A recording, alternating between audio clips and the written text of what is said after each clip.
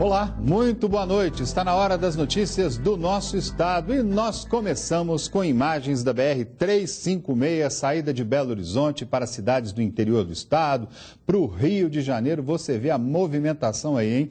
Estas cenas foram gravadas agora há pouco e já mostram que as estradas hoje vão ter muito movimento. Por isso, gente, toda a atenção é pouca. Vamos com cuidado. Olha lá, muitos carros saindo já em direção a Ouro Preto, Barbacena, Juiz de Fora, Rio de Janeiro. Olha lá o pátio do shopping ali do bairro Belvedere completamente lotado. E por falar no assunto, o número de ônibus, veja bem, clandestinos circulando aumenta muito nessa época do ano. E a fiscalização, infelizmente, não é suficiente. No último domingo, um desses ônibus que seguia da Paraíba para São Paulo capotou com 45 passageiros a bordo em Brumadinho. Vamos ver a reportagem. Minas Gerais, que tem a maior malha rodoviária federal, com quase 7 mil quilômetros, é também o estado de rota dos coletivos que fazem linhas irregulares entre São Paulo e as cidades do Nordeste. E é nessa época de festas de fim de ano e férias escolares que aumenta não só a movimentação nas estradas, mas também o número de vans e ônibus clandestinos circulando. De acordo com a Polícia Rodoviária Federal em Minas, há uma demanda muito grande por esse serviço que precisa ser combatida. No caso dos ônibus clandestinos, eles desviam as suas rotas saindo das principais rodovias federais, muitas vezes para rodovias com menor movimentação, para fugir das fiscalizações. Então, esse é um dificultador. A Polícia Rodoviária Federal não especifica nas estatísticas o número de acidentes envolvendo veículos clandestinos e reconhece a dificuldade de fiscalização. O fato de termos a maior malha rodoviária federal do país dificulta, sim, o nosso trabalho. Além disso, somos um estado de ligação, ou seja, muitos desses ônibus passam por Minas, principalmente porque a maioria deles sai de São Paulo com destino ao Nordeste ou vice-versa, e necessariamente tem que passar por Minas Gerais. No último domingo, houve 5 mortes e mais de 30 feridos em um acidente na BR-381 em Brumadinho, na região metropolitana de Belo Horizonte. As vítimas estavam a bordo de um ônibus que saiu da cidade de Princesa Isabel, na Paraíba, com 45 passageiros, com destino a São Paulo, capital.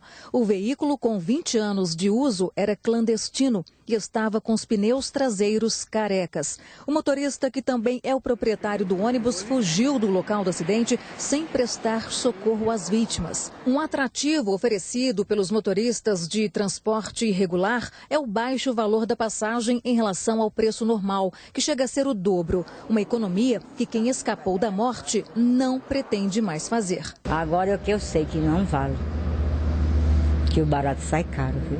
Só esse ano, mais de 90 mil veículos de transporte foram abordados em ações de fiscalização do DR no estado. Desses, cerca de 10% estavam irregulares. A gente faz blitzes itinerantes, tá? A gente não marca um local, são surpresas. Nós temos a multa pelo Código de Trânsito Brasileiro por ele estar efetuando uma viagem que ele não tem autorização. Verificado algum problema, acione a autoridade policial antes de iniciar a viagem, no caso a Polícia Militar, ou se já tiver iniciado a viagem, acione a PRF através do número 191, se você estiver transitando por rodovias federais.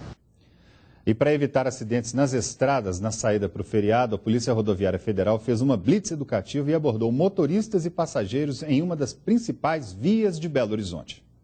A blitz educativa foi montada no quilômetro 5 da BR-356, saída de Belo Horizonte para o Rio de Janeiro e cidades históricas, como Ouro Preto e Tiradentes. Condutores de ônibus, vans, carros e motos eram parados para a checagem das condições do veículo e da documentação. A blitz funciona da seguinte forma: enquanto os veículos são vistoriados, os ocupantes são convidados a seguir até aquele ônibus ali da Polícia Rodoviária Federal, onde eles acompanham palestras e vídeos educativos. O objetivo da ação é conscientizar as pessoas antes de seguir viagem. O objetivo é a gente reduzir essa trágica estatística No Brasil, em média, 46 mil mortes em acidentes por ano, e é uma estatística muito triste. Então o objetivo é exatamente esse, sensibilizar todos os atores, tanto motoristas quanto passageiros, da importância deles no papel do trânsito. Para quem pretende pegar estrada, é fundamental ficar atento a algumas dicas básicas. A principal dica que o Batalhão de Polícia Militar Rodoviária deixa é para o motorista ter paciência, ele não tentar fazer um percurso em menor tempo. E olhar tudo, a questão toda do carro antes de partir para a viagem. Olhar a questão dos pneus, olhar a questão da parte elétrica e sempre usar o cinto de segurança. Quem foi abordado elogiou a iniciativa. Excelente. A gente lamenta muito por não ter isso continuamente. Se for um pouco mais prudente, evita acidente, né? Eu fiquei muito sensibilizado. Dá para ir para a estrada mais tranquilo e mais consciente? Muito mais consciente, sempre. Eu acho que isso é válido. Eu acho que o problema nosso é a educação nossa. Tá aí, né? E mais de 600 mil pessoas devem passar pelo Aeroporto Internacional de Confins até o dia 4 de janeiro. 17 mil a mais que no mesmo período do ano passado. Se você vai viajar, é bom estar atento, viu?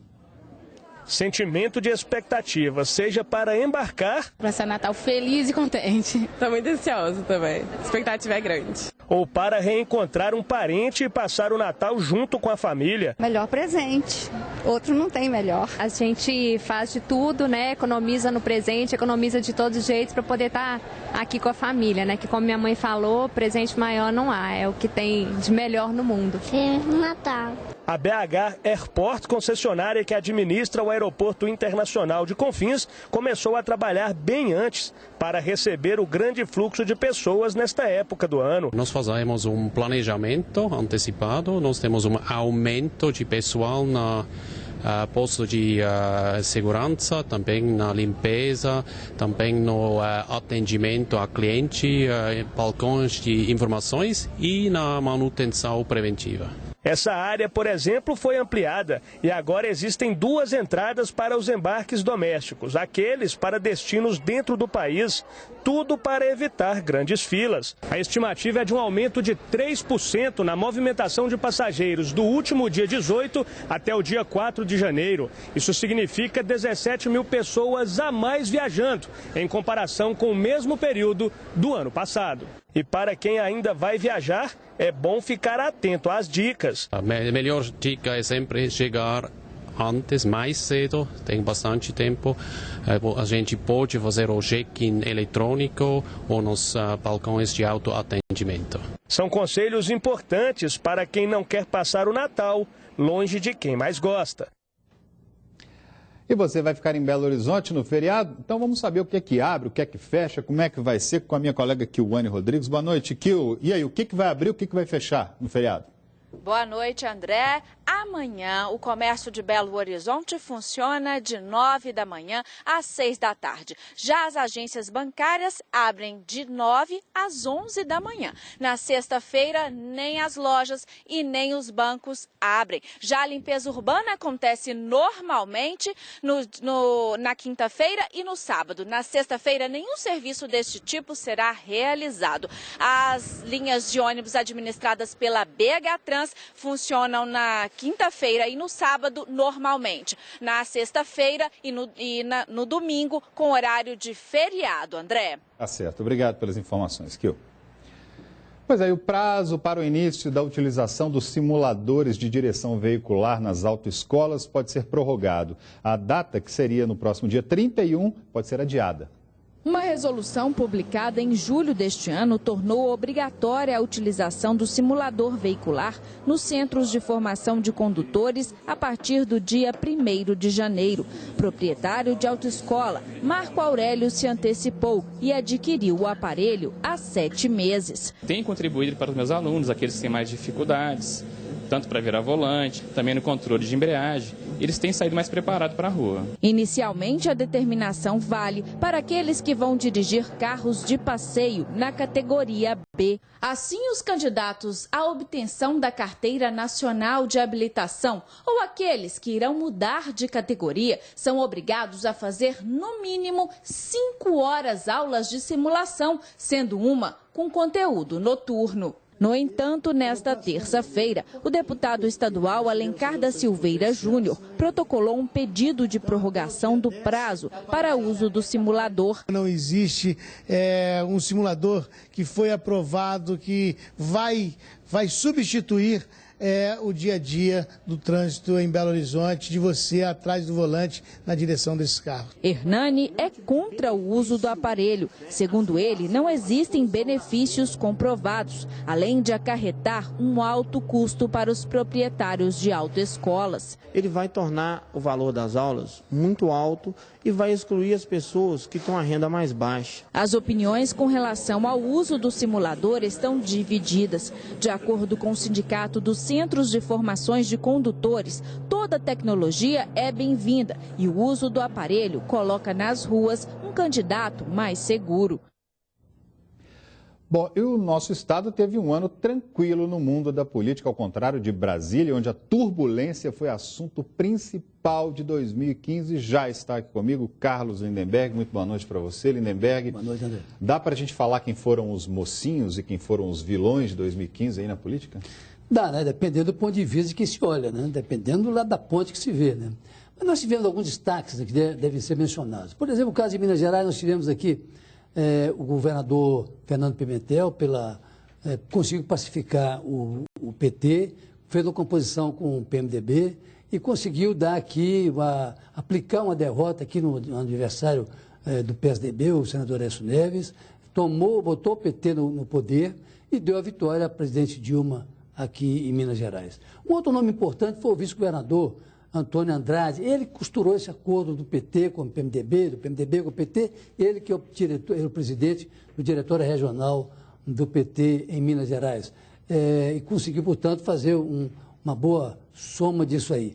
Um outro nome importante é o prefeito Márcio Lacerda, que um nome que era técnico, tomou gosto pela política e agora está conduzindo aí a sucessão municipal junto com o ex-governador Antônio Anastasia. Um outro nome importante também nesse processo, André, é o presidente da Assembleia Legislativa, o deputado Alclédio Lopes, que consegue conduzir a Assembleia. Foi eleito por unanimidade para o presidente da Assembleia, coisa rara aqui no Estado, e está conduzindo a Assembleia lá com uma certa tranquilidade. Limpou a pauta esse ano, não tem nada para o ano que vem, de maneira que cumpriu um bom trabalho, um bom empenho esse ano.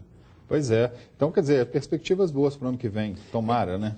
Mas tem na oposição aí o nome do Eduardo Cunha. O deputado Eduardo Cunha foi o principal personagem da oposição no plano federal. Você falou da situação de Brasília, das confusões, e ele foi o principal protagonista desses problemas aqui, lá em Brasília. Ele foi, na verdade, o grande opositor do governo no plano federal.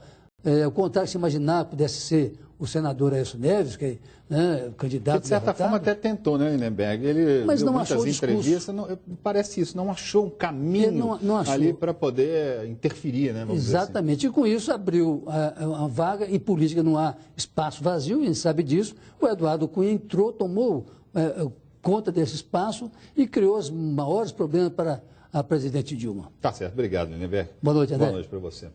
E daqui a pouco nós vamos fazer um passeio por uma das cidades históricas mais visitadas de Minas Gerais, a Terra dos Diamantes. A gente volta daqui a pouquinho. Até já.